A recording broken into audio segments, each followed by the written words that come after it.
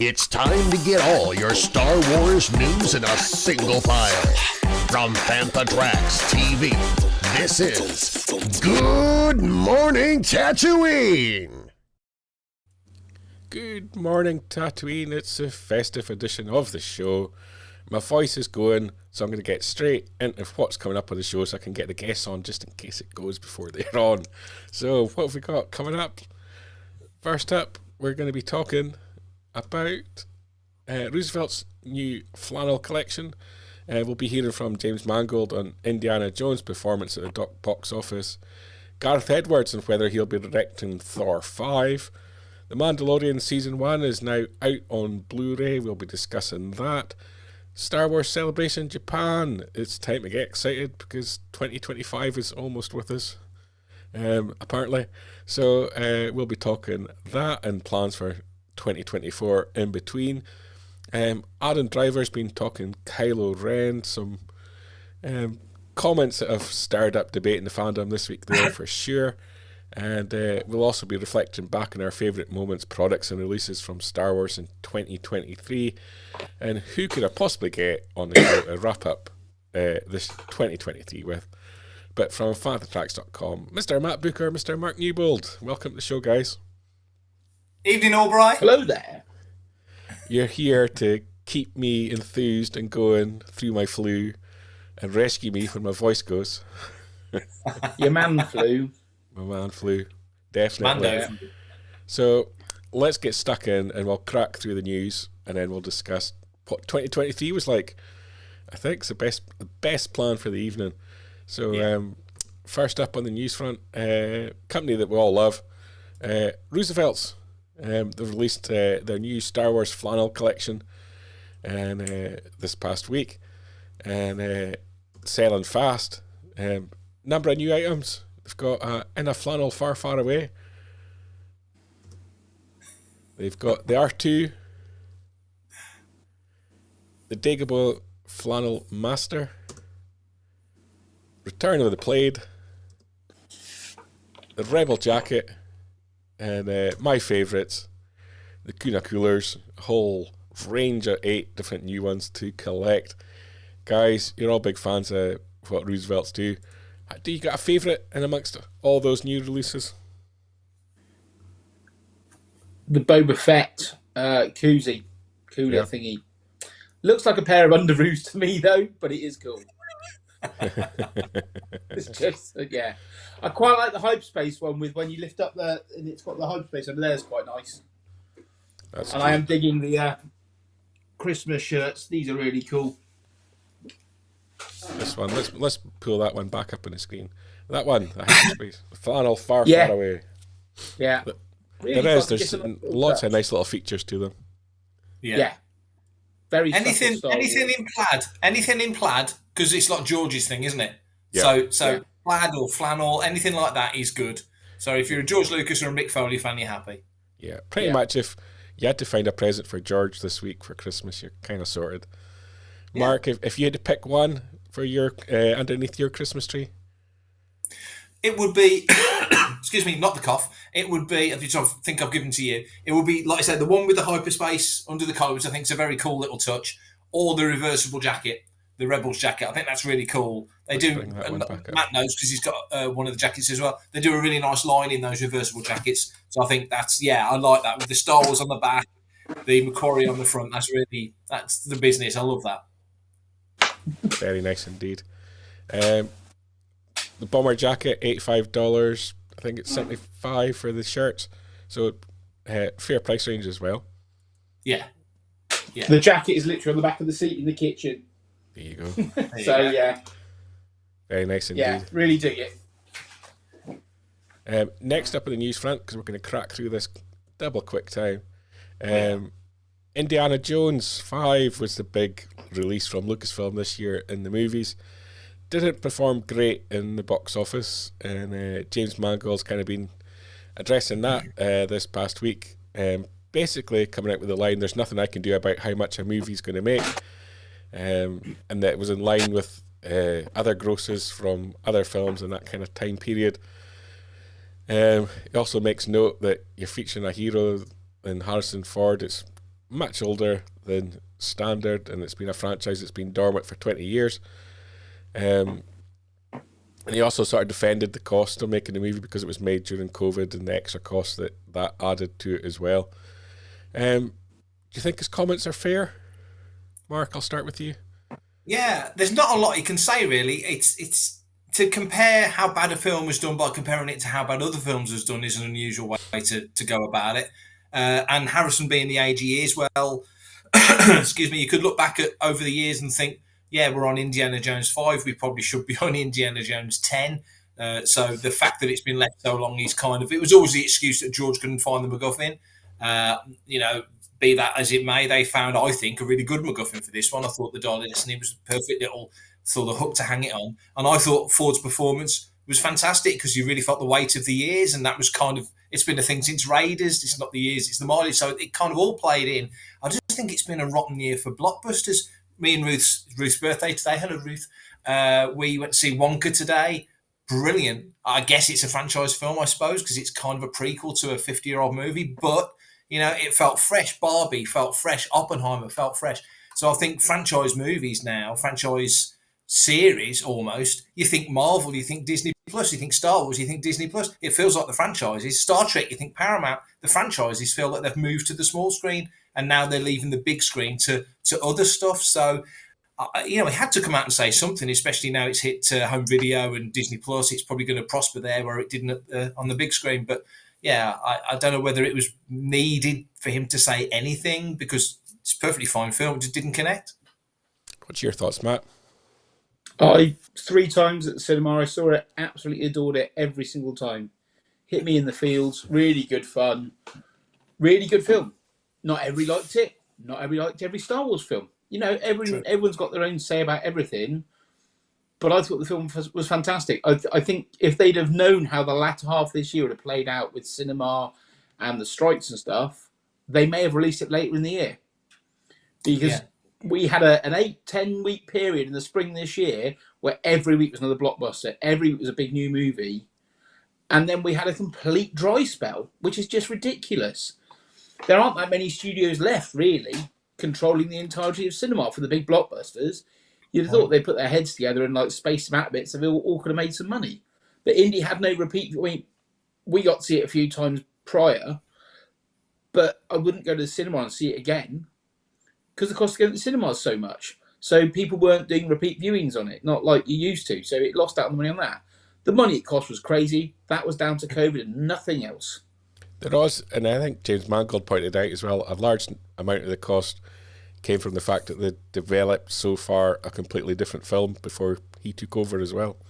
So it's kind of back to the sort of what's become traditional Lucasfilm problems of not really knowing what they want to put out and spending a lot of money to get to that point. They need to learn to sort of script out before they announce or start doing anything. Have a solid script and then have design on it. But George did design before he had scripts. The prequels he did a lot of the designs before he had scripts, didn't he? Yeah. He worked around with it, so he's a different way of working. But financially, not a good decision when you're owned by a corporation. When it was George owning it, fine. But now it's owned by a corporation. The script should be solid and locked in for every film before they even announce they're doing it and before they even start rolling film. When you're spending tens of millions, I guess, before you're even pushing the button on the film you're going to make, your chances of reaching profitability become much, much less. Well, Mark made a comment on, I went and watched Godzilla -1 on Friday, which was absolutely fantastic. Yeah. And how much did it cost, Mark? 15 million.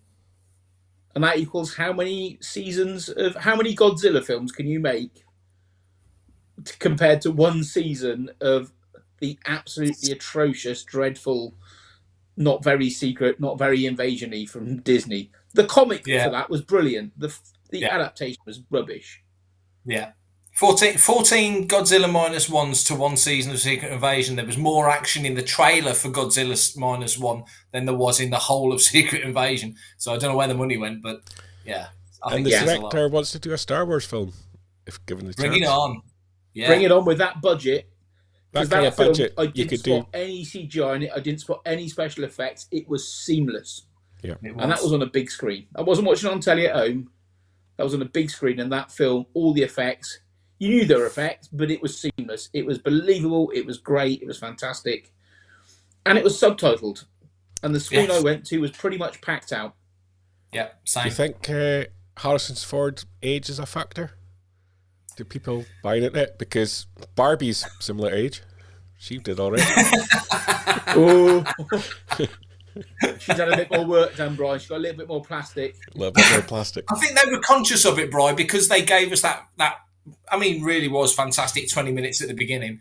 You know, I think they were conscious that some people may feel like that. So whereas normally at the start of every indie film we get the end of the last adventure, they gave us probably the last third of the previous adventure as opposed to the final portion. So, I think they were conscious of that. But for me, no. But then we're of that era, all of us here, of that generation that grew up with Harrison. And we'd watch him read the phone book. So we're kind of the captive audience that's going to see what he does anyway. If you're going to compare the two, Brian, all right, Harrison and Barbie both look good in their underwear at 70. Yeah. Or 80, whatever it is. I know what I want under my Christmas tree, that's for sure. Mark Telford in the comments there mentioning the tuk-tuk scene as well, which was fantastic. It was. Yeah. It was. Yeah. There was lots of good action in this film. The train chase was fantastic at the start. Yes, the CGI wasn't perfect in a bit of it, but you knew it wasn't real, so you could pick it out. It's a balance, isn't it? I thought the scenes when it was CGI Harrison with the mask on at the early start of it was absolutely brilliant. And in 10 years, that'll look rubbish. But, go back 10 years and 8 years, 7 years and look at Rogue One, look at other stuff where they did CGI faces and stuff. And you can see the leaps and bounds, Mando season 2 to 3, 1 to 2. Just going to say that 3 years tomorrow since The Rescue came out, the last episode of season 2 of Mandalorian in 2020. Yeah. You look at the improvement of Hamill in that to Book of Boba Fett. So it moves so quick now. You're absolutely right. Yeah. Yep. The next time we might see a James Mangold film could be a Star Wars film. Any concerns by that? Because this film didn't connect with an audience. Is any concerns about him being at the helm, or was it just one of these things? He's a good director and writer. I just think people have had a bit of apathy with blockbusters this year of repeat, sequel franchise blockbusters. They've got a bit of apathy to it. Nothing with Marvel has performed overly well. DC hasn't. Star Wars hasn't. Pixar hasn't. True. I think we're over the boom of those big blockbusters being constant moneymakers. Yeah. Disney Plus has hurt blockbuster movies. Certainly for Disney, it's definitely hurt them. I think, which is not the intention. Customers, they're like, I've not watched that yet. I'm just going to wait till it's on Disney Plus because it'll be on there in 6 weeks. Yeah. That's a bad decision on their terms. Yeah. People are not going to take the family to go and watch Wish because it'll be on Disney Plus in a month. And that I guess that's the issue, that the price of a month of Disney Plus is pretty much the price of one person in a family going to the cinema. Yeah. True. Yeah. Next on the news front, another film that probably didn't do as well as people would have hoped, but incredibly beautiful film. And the creator, Gareth Edwards, the actual creator of the creator, responded to rumours that he was going to be involved in Thor 5 and pretty much shot that down, that he'd had no contact, no discussion about it whatsoever, and that he's actually more interested in doing something similar along the lines of the creator as his next project again. I love the creator. I just think, again, like Indiana Jones didn't find an audience for one reason or other. I thought it was beautifully done. Mark, I'll start with you. Your thoughts on the creator, Gareth Edwards, and what he should be doing next? I like the thought, and I like the fact that he's strong enough and feels, creative enough, I guess is the right word, to want to do his own stuff, because, as you say, the creator visually was phenomenal. I mean, as a story, it was fairly standard as these sci-fi things go, but I thought it was very well acted and very well played. So as a package, I really enjoyed it. I know some people didn't, and you're right, it didn't connect. And it's sad. I think I'm sad about that film not connecting pretty much more than any other film at the box office this year, because now, as Matt just said, Marvel had a fail, Star Wars had one recently, obviously relatively recently with Solo, and now Indies had one, and all the big franchises have had faltering moments. And then you get something completely fresh and original like The Creator, and it did 100 million, and it only cost 80, which is fractional for Hollywood these days. And it didn't connect. I really thought and hoped it was going to step into the gap that Dune 2 left, which is now out in March, but it didn't. So that's such a shame. But on this, I mean, he kind of smiles because he's like, who came up with this idea that I'm going to do Thor 5? And I think he'd do a great job if he did do Thor 5. I don't think for a second he will. Whatever he does next, I'm invested, because one thing we all talked about this previously, was how really keen ILM were and how full on they were in marketing The Creator. Clearly they're and thrilled with the work that was done, and that we know they love him. The three of us were at the Presidio just before Rogue One had come out, if I remember, and they were telling us how Gareth had come in and they absolutely adored him, and and how they connected with him. So that relationship, I want to see more of that. So that's what makes me excited for this particular news item, is that if Gareth's doing original stuff, it's probably going to be with ILM involved. Yeah. Oh, completely. I loved Monsters, his first movie. I saw that before I even knew he was all connected with Star Wars, and it blew me away. And Gareth makes his own style of filmmaking in 110%. So I want him to do more of his own stuff, his own creations. I don't want to see him doing Marvel. If he does Marvel, I want him to pick up a Marvel character that nobody's even touched and do something fresh and inventive with that from a comic he read as a kid, rather than here's your next Thor from you doing that. I don't want to see him on Thor. I don't want to see him on anything else. I thought The Creator was one of the most beautiful pieces of world building cinema I've seen all year. And if you've not seen it, it's coming out on DVD and Blu-ray, etc. Go and grab a copy, because it's great. January, I think. 14th if you like January? world building, if you like world building films, god damn, that boy built a world. It was amazing. Yep. He did. Out on Blu-ray is The Mandalorian Season 1. You guys talk about that, whilst I have a coughing fit for one moment. Yes, you go for it. I can see you're ready for a cough. Mark made a really good comment just there in the comments about The Creator and how it might catch a cult audience like Blade Runner did. Completely agree with that. I think that's a very astute observation. As for Mando Season 1 and 2, because they're both out on Blu-ray and 4K, I've got Season 1 has turned up in Steelbook. I haven't had a chance to open it yet. Because wonderfully my boiler decided to pack up, so I'm at the in-laws at the moment. This isn't my house, this is somebody else's house, but I'm chuffed to bits that they're doing physical media. That's the big takeaway for me on this one, that Disney, and I can only assume it's Iger returning, has thought, well, there's a pretty penny we're missing out on. Why aren't we sticking DVDs back in Morrison's for £5, because it's a quick win and it's an easy thing to drop in the basket, and collectors like us will fork out £40 for a Steel-Ray or Steelbook rather, with extras and whatever it might be. And you think back to when the sequel trilogy came out, and Rogue One and Solo, Target exclusive, Best Buy exclusive. People are going to go out and collect them because they're collectible as much as to watch them. You're going to go and collect them. I know it's a different era with Disney Plus, but I think it was foolish to not continue with that. So I'm glad that it's back. Years too late, money left on the table for ages. Yep. Absolute stupid of them to, they say physical media is dead. It is not. People will still buy it. People like to collect. Yeah. So yeah. I think it was a really stupid idea to stop putting all the Disney stuff out on physical media. Because I bet you 2/3 of the people who buy the physical media have got Disney Plus anyway. Yes. If not more. More. Very true. And if they haven't got Disney Plus, it's a great gift to give to somebody. Yeah. Yeah. And I can still see the likes of Mandalorian getting syndicated out, whether it's to ABC itself or whether it's to another streamer, in order to pull people back to Disney Plus. I don't get why they haven't. Yeah. And I notice, Disney have already struck a contract with Netflix. There's more shows getting farmed out to Netflix next year. We're seeing it with things like the X-Files on All 4 in the UK. So they are starting to see shows getting moved out to other platforms. They say they're not going to do it with Marvel, Star Wars, National Geographic stuff, because that's kind of what they want to keep exclusive to Disney Plus. But I think that needs to evolve as well in order to find an audience. You look it makes sense. Sorry, Matt, go on. it makes sense farming out the content. They own so blooming much of it now. Now they bought up Fox and all these others. They own absolutely stacks of content, and you're never going to find it on there.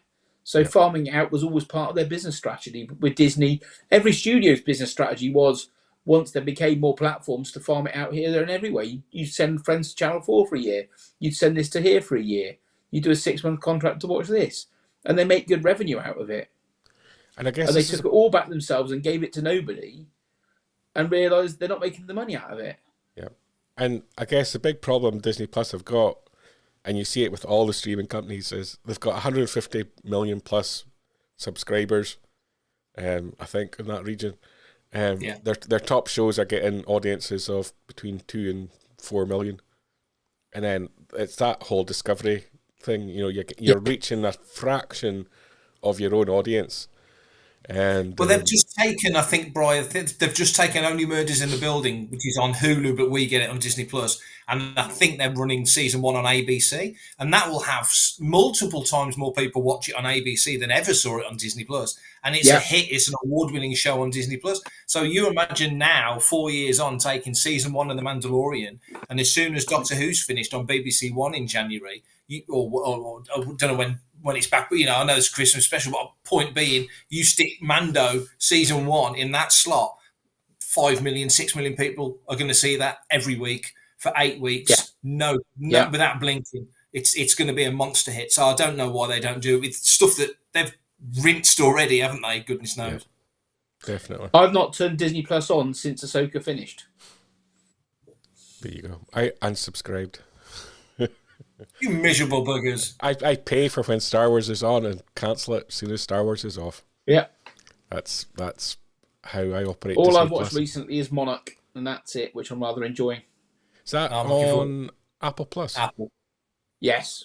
Yeah. That'll bundle up with somebody soon. Yeah. Let's talk about where all the monsters come from next. See the slick link. The slick link there. Celebration Japan.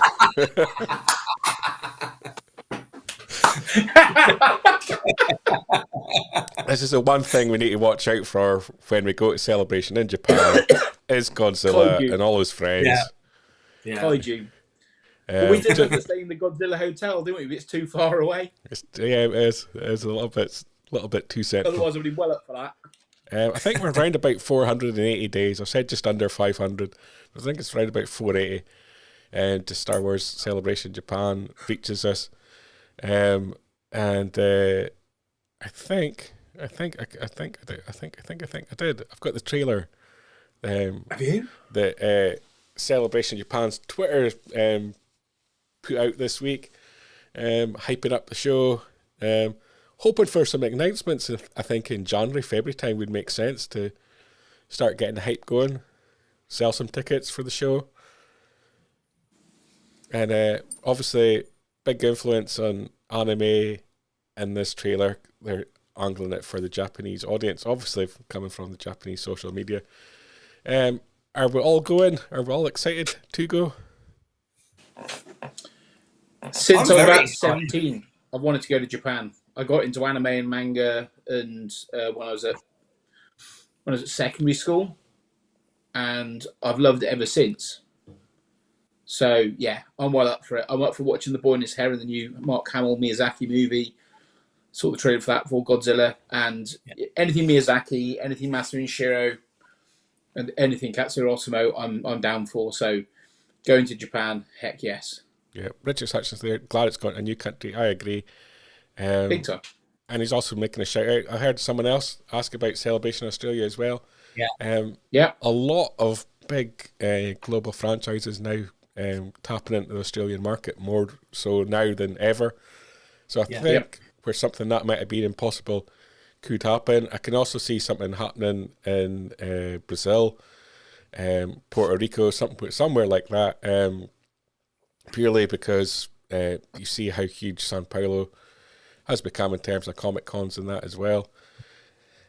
So I think people will love Japan. I've been lucky enough to be there before. Done a few of the countries in Asia on work trips, so really excited to go back. and actually have a proper geek holiday, because there's so much. And the only way I can describe it, and in total respect to the people of Japan, but it is like going to a different world altogether. It really is.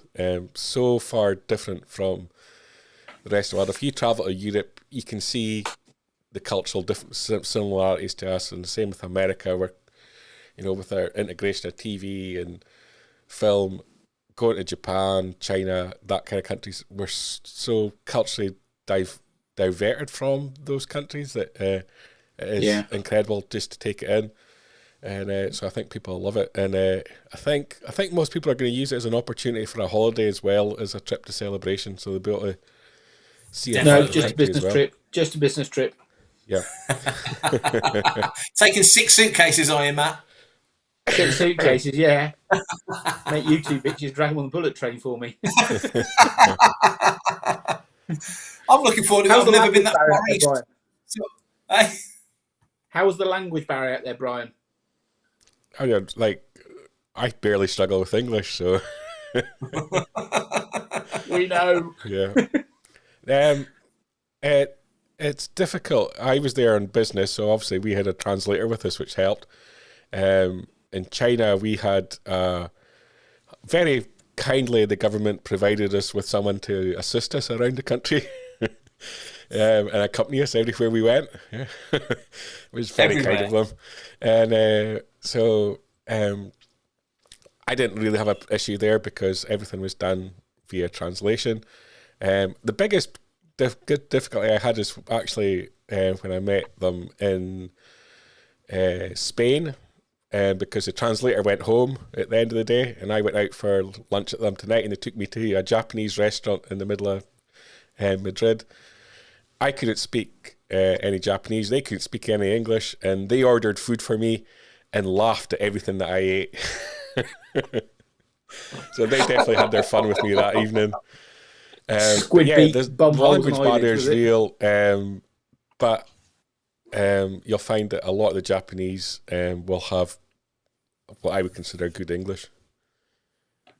Unlike us. Unlike us. English, we don't know any other languages other than their own. We know gibberish.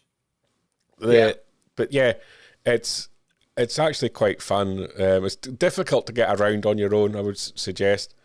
There'll be apps available beforehand, and we'll put them up on Fanta Tracks, I'm sure, before, that'll help you get around on the trains and that to navigate the city.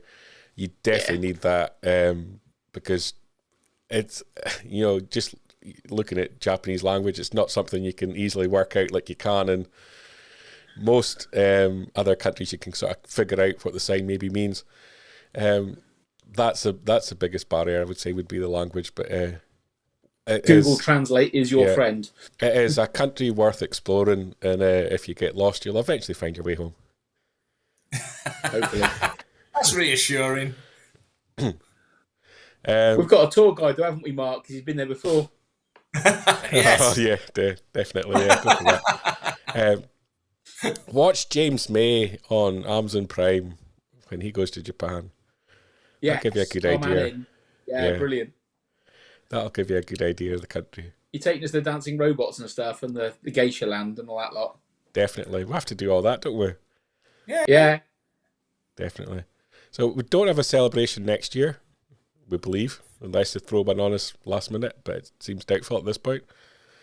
We've got Burnley. Sorry, Blackburn. Get it right. Yeah, I know. Star Wars Fan Fun Day in Blackburn. We're going to Finsa in February. Yes. Any other plans for 2024? San Diego Comic Con, MegaCon.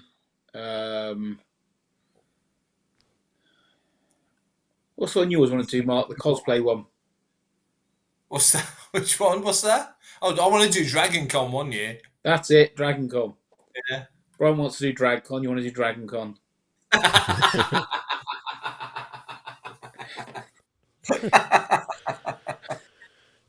Yep. My plans are Resurrecting simple. Nuns on the Run outfit. I've got no plans beyond Finsa in February. Yeah. A clean slate for next year. So Now, tempt me with your Summer Week. conventions, people. You've got a festival on the summer, haven't you, Brian?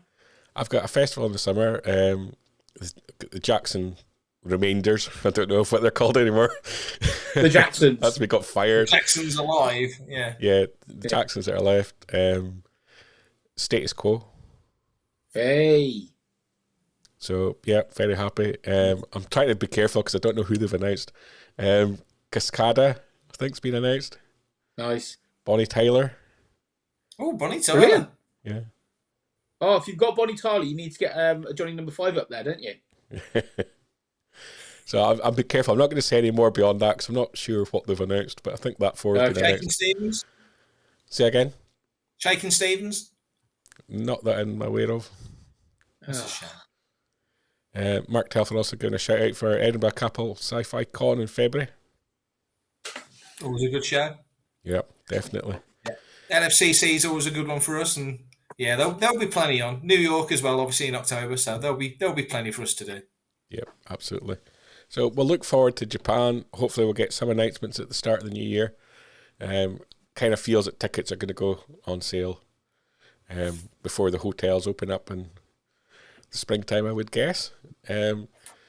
Last news item of the week. Adam Driver has been making some comments that have ruffled the feathers of social media, I think, and reignited the sequel trilogy wars, as I like to call them. Probably a comment that was, I think, in his mind, fairly innocuous, in that he talked about what the arc was when he signed up to play Ben Skywalker, and it was going to be the opposite journey of Vader. So he was going to get darker and darker as the films went on, really, and it wasn't going to have that kind of happy, I guess, that happy ending that they kind of played in the Rise of Skywalker with Rey, where he sort of turned back to the light side kind of thing. And he kind of gave the impression that I wouldn't say he wasn't happy with what happened, but that he would have preferred to play out the way it was originally pitched to him, I think would be the fairer way to describe it. It makes you wonder what was pitched to him, given that the sort of perceived wisdom is that they were kind of making it up as they went along in an Indiana Jones style. Yeah. I don't know whether good. Just notice that. Thank you, Richard. Looking forward to that next week. New collecting tracks next week. That if his character was taking a dark turn, a dark path, logically there's a nice sort of mirroring of what happened in the original trilogy to that. But by the same token, I was never averse to what they did in Rise of Skywalker. I thought if that was the plan all along, that worked. I didn't mind that. And I kind of liked that the character got, even though I don't know if Kylo deserved it, quite a noble death, the way that he went out in that third film. But yeah, it's interesting that he says that. It's an odd time to say it, especially given that the Daisy film, you would imagine, is probably not a million miles away from, a few months away, let's say, from getting up and running, and we start hearing stuff and where we'll be with that. So I don't know whether that's him putting his head above the parapet to sort of say, I'm still here, or to say, don't call me. I don't know. Or whether I'm just conflating the two and there's no connection at all. But I always be interesting to see how that would have played out. I always sort of revert back to, a lot of what George Lucas spoke about when he spoke about Episode 7 in the trilogy, and that he presented Disney with outlines for a trilogy, as well as working on the Episode 7 script with the Toy Story 3 writer, whose name has gone from my memory. Yes. So even George, when he was coming up with the concept, was working on the concept of, we're making a trilogy, we need to have a story arc that crosses the three. And I'm not saying he had a clear defined arc for every single character, but he had the general idea of where the story was going to go. Yeah. And it certainly seems that maybe they started Episode 7 with this kind of idea of where everything was going to go. And then they've brought in Rian Johnson and gave him free will to do what he wanted to do, and have gone completely off track. After 8, it seems to be they've almost lost a little bit of confidence in what they're doing. They got rid of Colin, who had come in to do what was known as Duel of the Fates, lost confidence in his script. Even though I'd read the script, I thought it was fantastic. Brought back JJ, who almost rebooted it back to maybe what the original concept was to some degree, or undone a lot of the work of episode 8, I think. Whether he meant that or not, I don't think it was a slight at Rian Johnson. I just think it was a case of, I need to do something with these characters, and these were the characters that I knew more than anything. Yeah.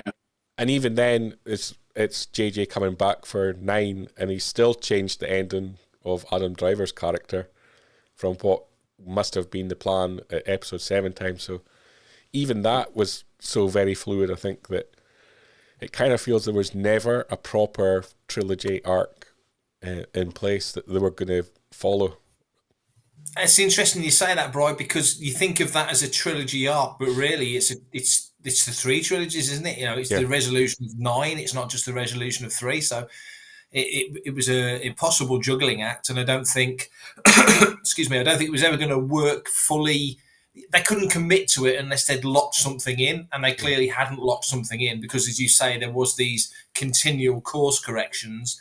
You know, it's all very good trying to make 9 a great film, but it's got to wrap up everything, isn't it? Yeah, and I don't even criticise what they're trying to do, because they're in a rock and a hard place at 9 due to such strong reactions to 8. Whether people liked it or not, it's personal preference, so fine.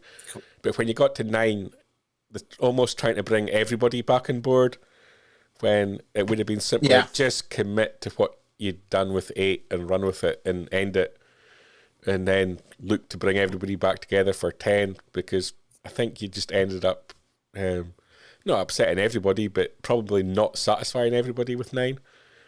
And I think that's maybe what Adam Driver was getting to more than anything. It just divided. He wasn't having a dig. So much. Yeah, it wasn't necessarily having a dig, but just had a nice ending, but it wasn't satisfying for what I initially wanted for the character. We'd had so many dry years of no Star Wars content, and George saying he wasn't making any more, that the trilogy should have united the fandom and made it grow, and instead they grew it from 7, which was a fine movie. It was a soft reboot of what we'd already seen before, but it was good. And then they just divided fandom completely. And as a business model, because that's what it is, it's a business, it didn't work. Yeah, it didn't work at all. And you look at the numbers that Disney Plus shows are getting are tiny compared to what a movie'd make and how many people watch it. And it's killed off the Star Wars franchise completely, 7, 8, and 9. I think it's a great comment from Richard Hutchison here, that the next movie needs to be a fun movie, not an attempted beginning with another epic arc. And I couldn't agree more. You almost need, the next movie needs to not make people argue about whether they liked 7, 8, or 9, or 1, 2, 3, or whatever is their favourite. Just make a fun Star Wars movie that everybody can just, I really enjoyed that, and not have to bring up anything else Star Wars film related, and just, that was fun. And to me, that's kind of what Solo was, in a way. And people just didn't grasp that. On the back of The Last Jedi, tensions were so high, people just ignored it, and it was such a fun movie to be, but there we go. Yeah. It's a great analogy, though, the album analogy. You can look at I know Rich is a rock fan, so there's numerous rock analogies you can make. It's like you release Back in Black, and then what do you do next? You don't try and make something completely different. You release For Those About to Rock, which is, stick to what works, you know. Pyromania is followed by Hysteria. You don't need to keep reinventing the wheel. That's the mistake a lot of bands make, and he's right. And if you're going to put trust in the creative, for example, Rian Johnson, then you have to follow through with it and deliver on it and not get cold feet. And I kind of think that's what episode 9 felt a little bit like. They got cold feet, because if I remember rightly, Rian Johnson was originally supposed to be writer-director on 8 and then writer on 9. On 9, yeah. Even though, and I do laugh about this, because StarWars.com do like to tell us that you should only believe what's written on StarWars.com. They never ever announced Rian Johnson was making a Star Wars film, so in reality it's never happened. There was never a press release ever came out announcing him. And I think it was purely because it hit all the trades. and it was just Yeah. accepted that he's doing it, and it was never ever announced. So there you go, little fun fact. For That's you. your favourite bit of news, Bright. You look happier saying that than I'm anything waiting you for the said all announcement night. that he's making episode 8. But that's all the news we've got this week. But because it's going to be probably the last show of the year, because I haven't come up with anything for Christmas Eve, and I don't think anyone wants to be watching my ugly face on Christmas Eve. They'd rather be drinking mulled wine, and you get to open a present. So instead of watching GMT next week, you could open a present between 9 and 10 o'clock. That's my permission. And so we're going to have a cast our minds back to the whole of this year, the year in Star Wars, as we'll call it. So I'll start with, there you go, Richard. You'd rather eat sprouts, there you go. I love sprouts. I love sprouts. They're in stock now in the shop. You can get them for Christmas. Beautiful, beautiful bacon. sprouts. Yeah, definitely. I'm going to start with you, Mark. Your Star Wars moment of the year.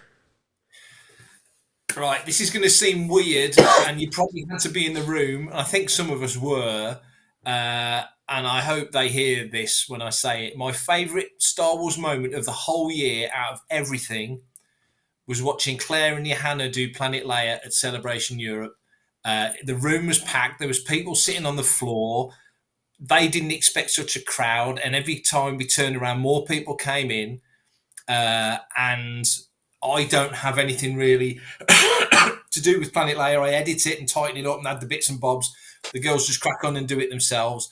And I've never been so proud, I think, of anything that Fantha's done as looking at that room and seeing everybody enjoying that show. So for me, that's my Star Wars moment of the year, was Planet Leia at Celebration Europe. So here's a good idea. Let's put the video of that show out at 9 o'clock next Sunday. That's a good idea. That's a good idea. We'll go on to that. That's a good idea. Off the top of my head, that wasn't even planned. But yeah, that's a good thing. We can do that. We'll put that video out next Sunday. Enjoy that over Christmas. Everyone can enjoy that moment. There we go. Matt, your top moment? Been a bit of a lacklustre year for Star Wars for me.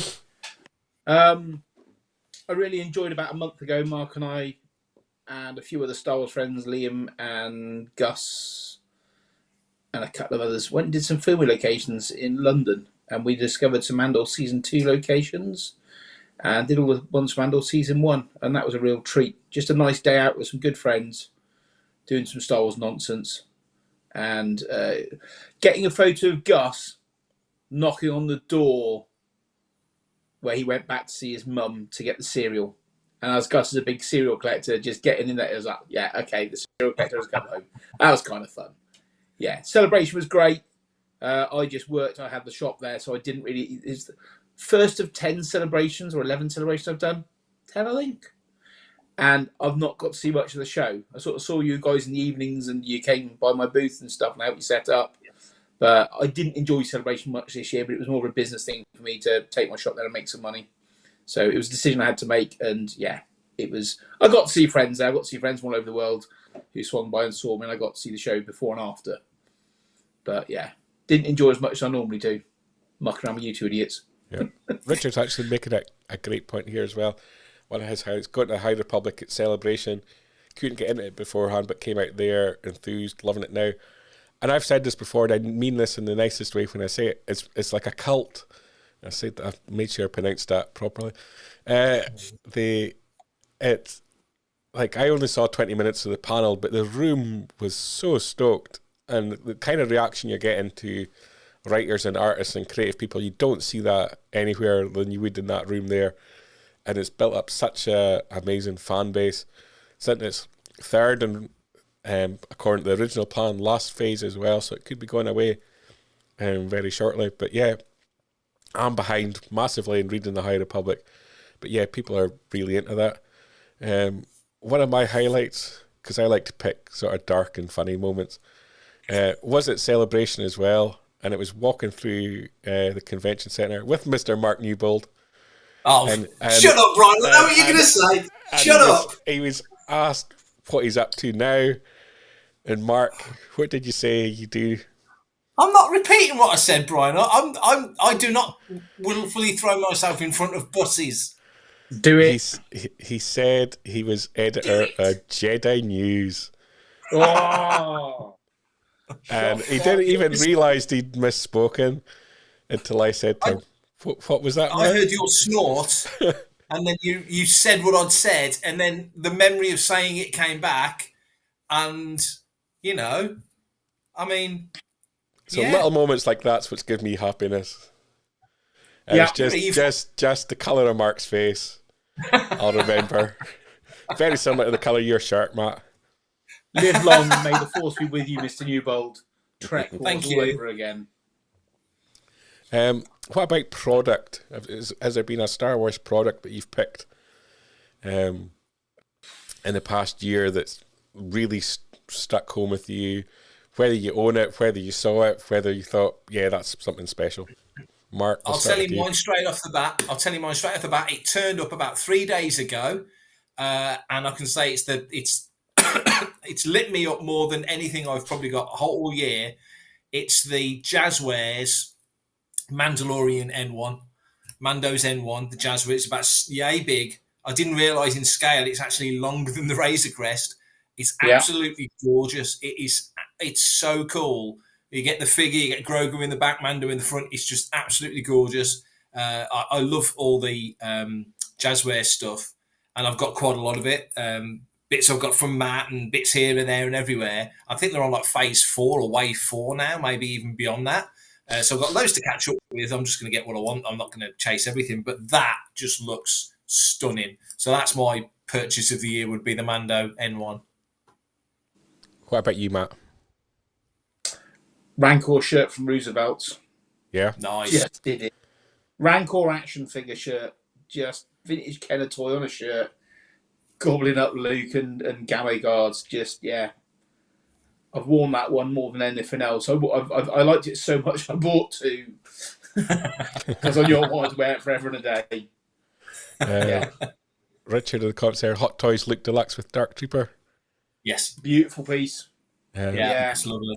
Mark Good Telfer, the Phantom Menace Retro Collection, although it wasn't available in the UK, I didn't think.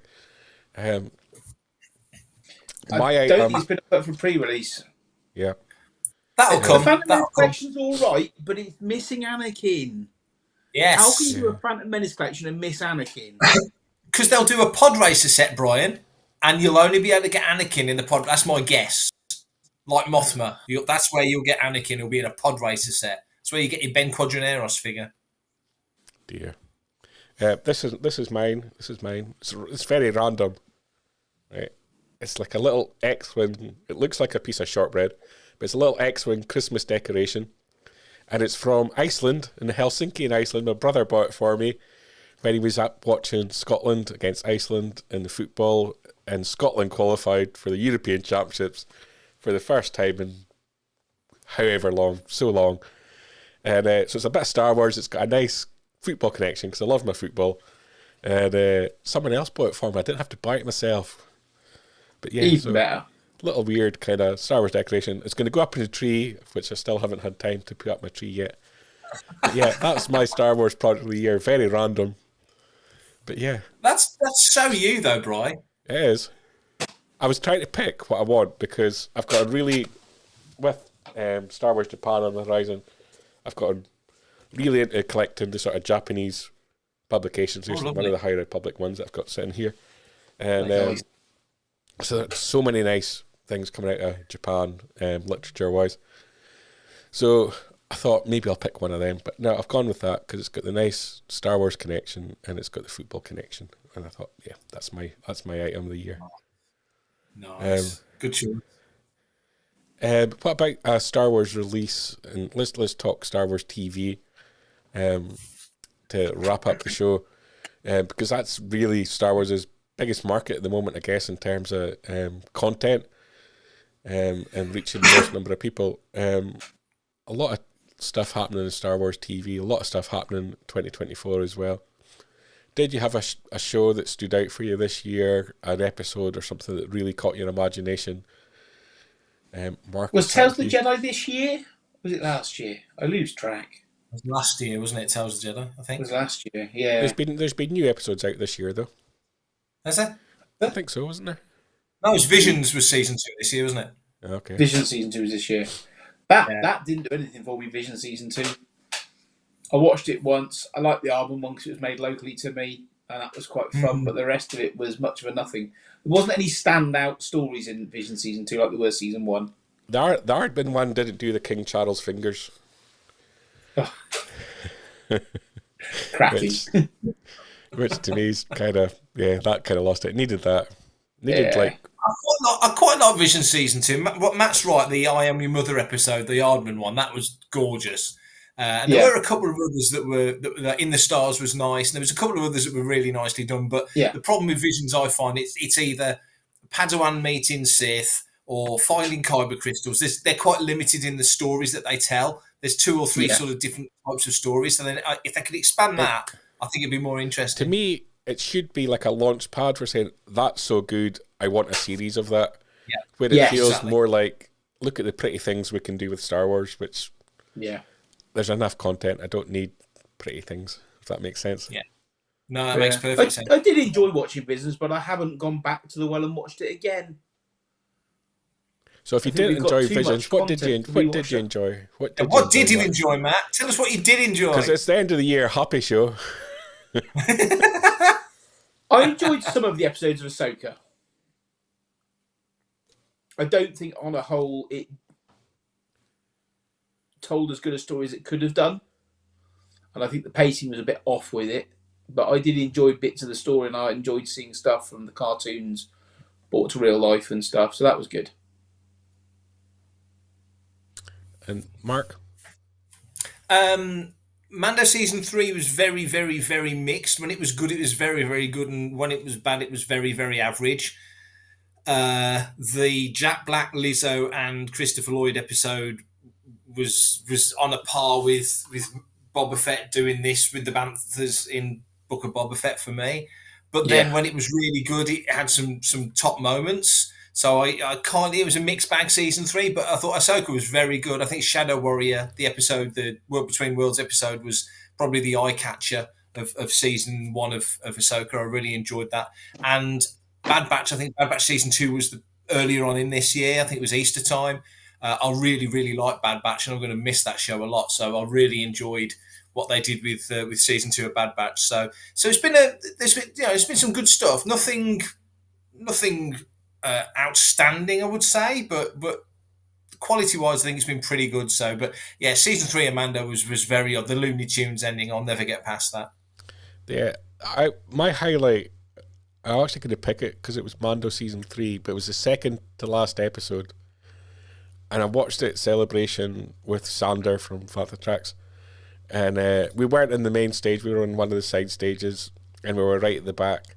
But it was like watching a Star Wars movie. It was so well constructed. It was exciting. It was everything you would want from Star Wars TV. And you were so pumped for the finale, which, like you said, then fell flat with the Looney Tunes ending. And it was just like, it was like, how can you get from somewhere so good to having dropped the ball so much? That was the one where Paz Vizsla died at the end, wasn't it? That was the Rick Famuyiwa one. Yeah.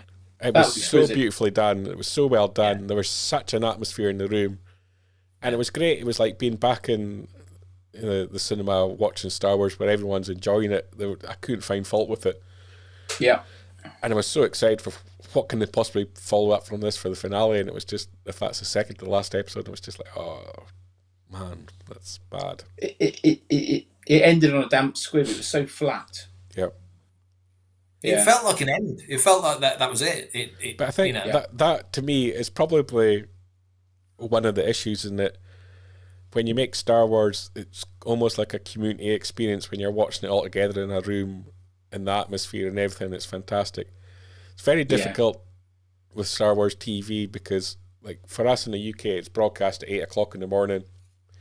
It's prime time for some people in America. It's just like you can't discuss it as a community because you don't know when people have watched it. Yeah. And when's it okay to watch it, and when's it okay to speak about it, and it's just like it's a little bit awkwardness. Other than when you're in a room together and you could get all the buzz off each other. So yeah, that was a great experience seeing that there. It was beautifully done episodes as well. And a difficult season, I think, overall for The Mandalorian. It was really a standout episode as well. Paul McHugh, we had another great shout out we haven't mentioned yet. Ray Stevenson. For someone to come into Star Wars and really just capture the imagination of the entire fandom, and it just coupled with obviously the sadness with him having passed away before he could see that reaction to his performance as well. Huge shout out for him, I think, for what he's contributed to Star Wars as well. We still don't know what's going to happen with the future for Ahsoka the series. Dave Filoni spoke about he's not sure.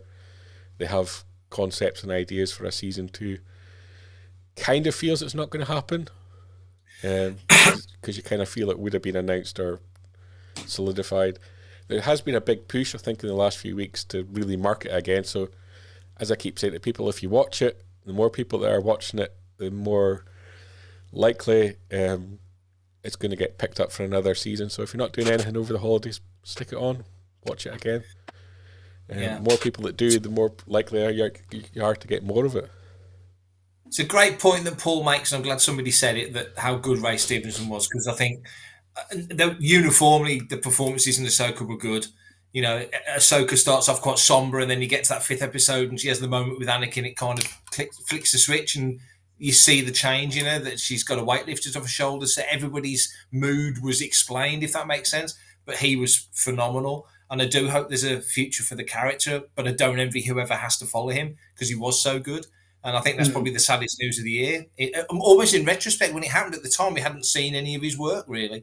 But now we've seen it. It's like, oh, my God, what a loss for Star Wars. We didn't realise. And I'm saying this on the day, and I'm very conscious that Matt's in the room, that 3 years since Jeremy Bulloch passed away. So we're used to saying goodbye to great Star Wars people. We saw Jeremy's work.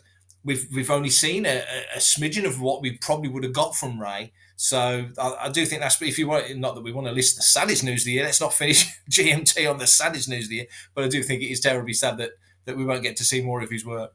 I think as well, when you mentioned Jeremy, there's Matt, you were good friends with Jeremy as well. Yeah, and some other facts. And I don't know if this was the last time he wore the costume, but certainly... No, this was Celebration Germany, when I got a couple of the UK Garrison guys to dress Jeremy behind the scenes, and he revealed that he was Fett on the main stage with lots of the other Fets. And that was an absolute treat in Germany. I was filming right down the front. Reaction in the room for that. Yeah. Yes, well, that whole hall in Germany, that big auditorium, was pretty much near enough full of Star Wars fans. And then Boba Fett walks out, and I had the pleasure of getting him suited up in the armour. We had dinner with them before. We sat and the 3 of us had dinner with the 51st Garrison in the middle of that park the previous night with Kevin Leal, with Jeremy and Daniel and Tem. Absolutely brilliant. Yeah. Really good time.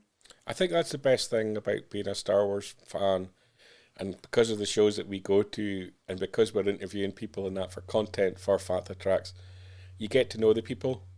Yeah. And it's really sad that none of us really got to go to know Ray Stevenson. As you said, he passed away before we realised what impact he would have in our fandom. And he did get to go to Celebration, and I hope he got an element of the buzz from that. He got a lot of buzz on the stage then, because I was in the hall right next door, and when they announced all those cast, every time somebody came out, I watched bits of it on the stream afterwards when I got home.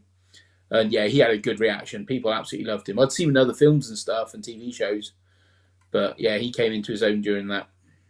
Yeah, and so very sad that he passed away this year, and it was a great shout out from Paul there as well. And I agree with him as well. Best actor delivery of line since Alex Guinness. He just had that command of the screen.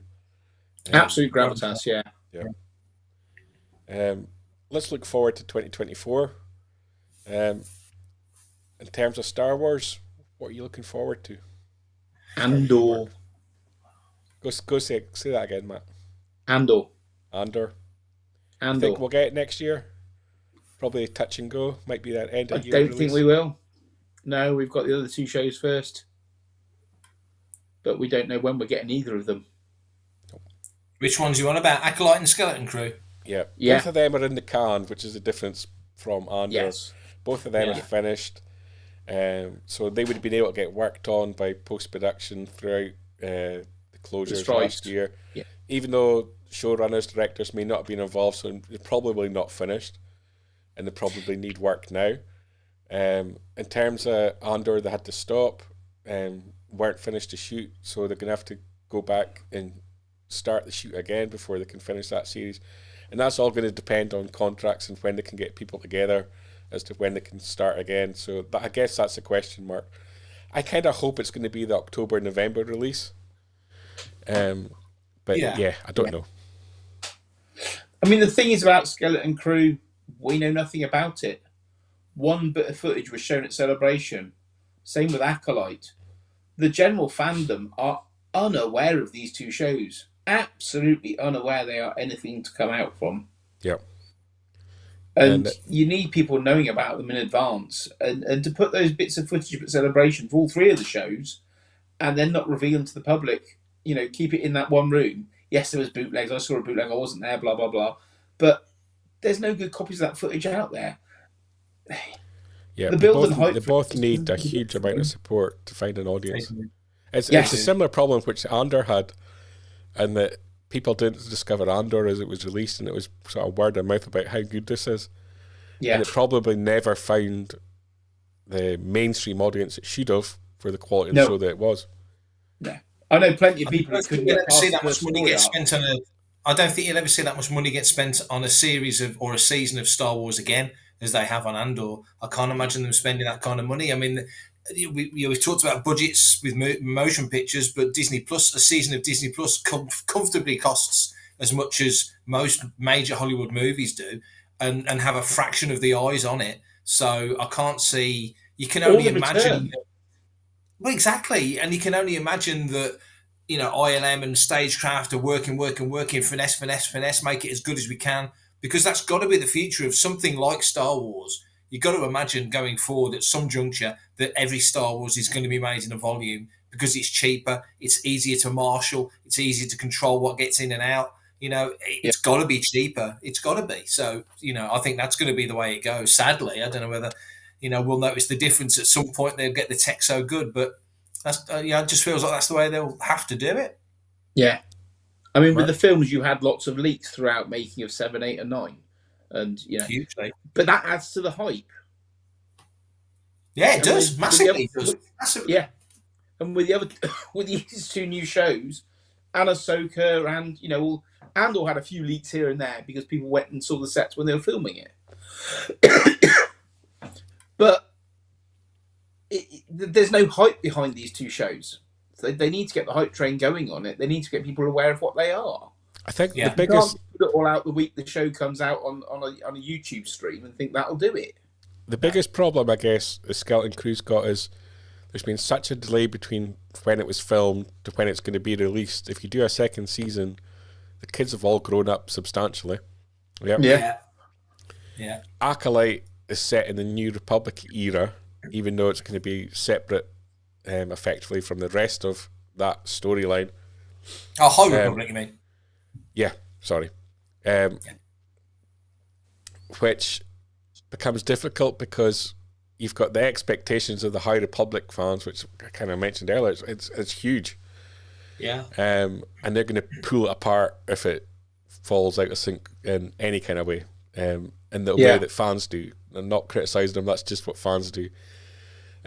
So they've got that hard thing to achieve, and they've got to please this really hardcore fan base who think this is in our era, this is ours, and you've got to be able to explain it and make sense to the rest of the fandom, because there's, the majority of Star Wars fans haven't read the High Republic. That's just the reality of Star Wars literature that always has been.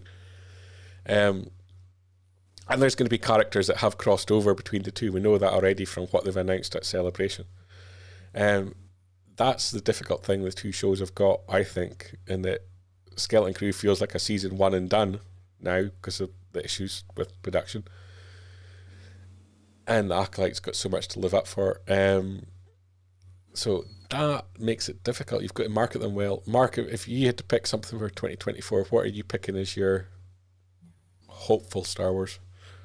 Wow, you both make great points about Acolyte and Skeleton Crew. I think Skeleton Crew could be a lot of fun because they keep saying about this whole Goonies vibe, and it should be a fun adventure and a bit of a romp.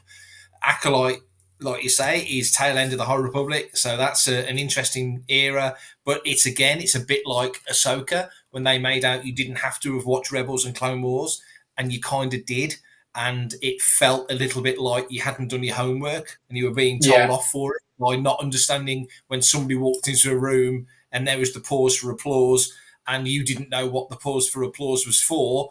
You felt like you'd missed out and you hadn't sort of boned up on it. And, that can be a bit divisive in that sense. So I think really the hopeful winner for 2024 will be season 3 of Bad Batch. That's the one I'm looking forward to the most at the moment because I know what I'm getting and I like it. You mentioned the Goonies, and of course, you won't find anyone that looks more like Sloth than Jude Law.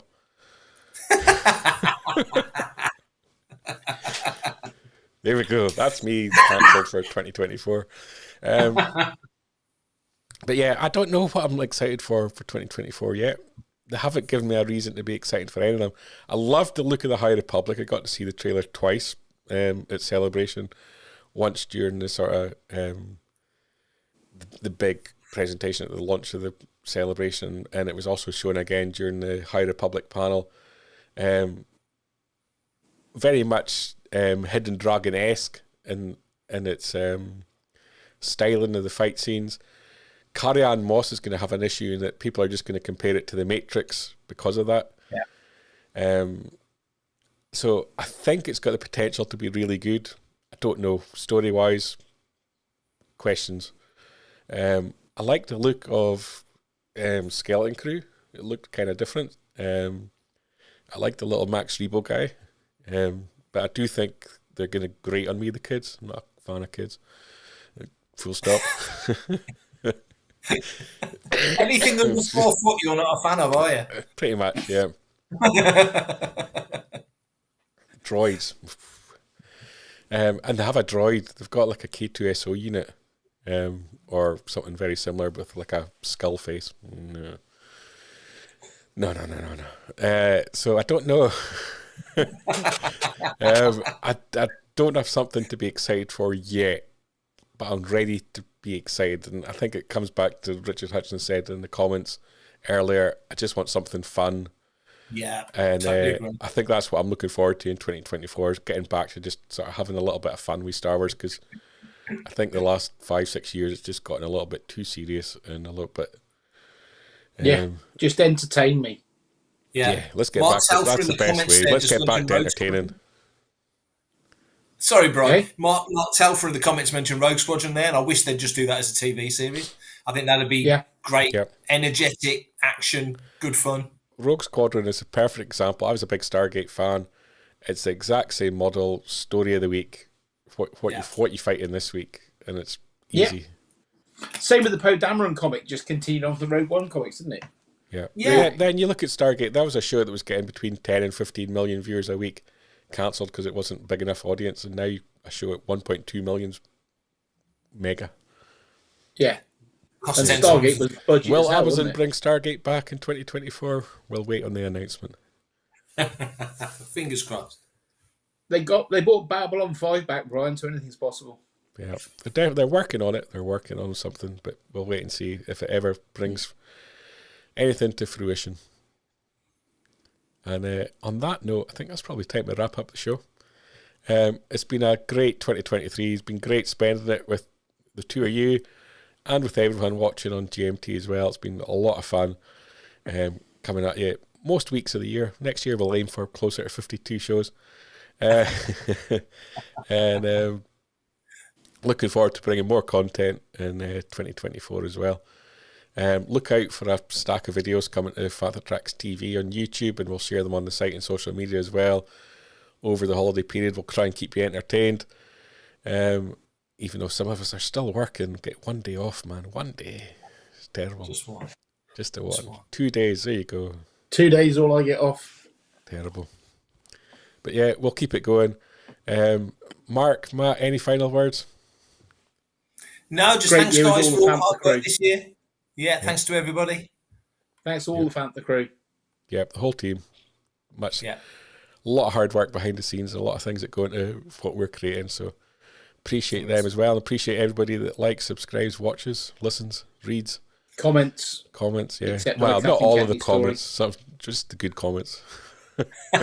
Just the good comments. Yeah. But other than that, thank you and good night, everyone.